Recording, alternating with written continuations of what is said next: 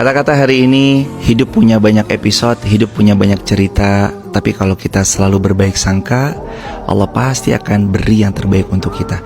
Karena Nabi pernah bilang, Allah selalu sesuai prasangka hamba-hambanya. Sangka baik, teruslah berbuat baik, Allah pasti datangkan yang baik-baik di hidup kita. Barakallahu fiik.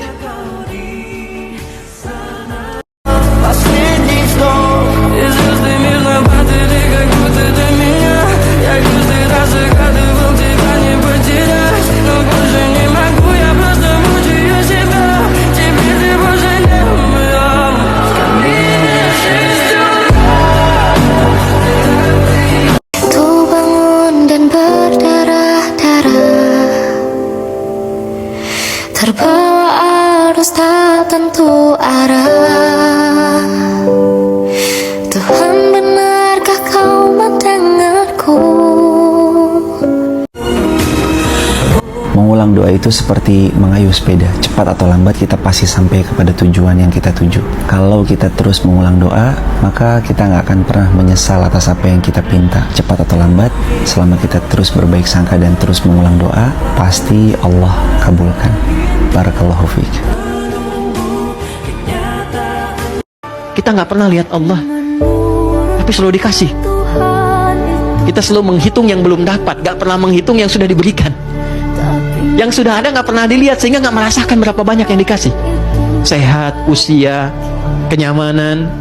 Baru ada masalah sedikit kacau, padahal ribuan tahun sebelumnya, ribuan masalah sebelumnya sudah Allah selesaikan, kan? Jadi ketika melihat dengan itu dan nggak pernah lihat Allah, kenapa nggak ada rasa kangen? Dan satu-satunya cara kita menghadap Allah dalam sholat. Makanya Nabi mencontohkan saking bahagianya, rukunya itu panjang. Tapi bukan dia ada-adakan mesti panjang, bukan. Ya, poinnya adalah sampai kamu tenang ruku.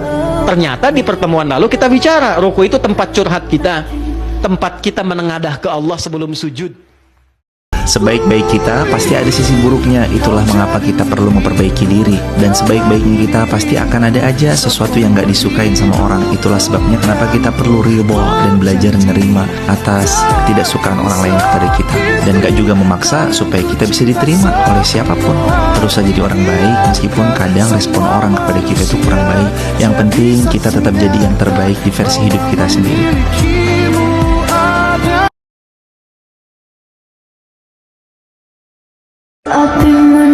Gak mungkin ada manusia itu sempurna, gak pernah salah, mustahil. Fala tuzakku anfusakum. Jangan mengklaim diri sebagai orang suci, kata Allah, karena pasti salah.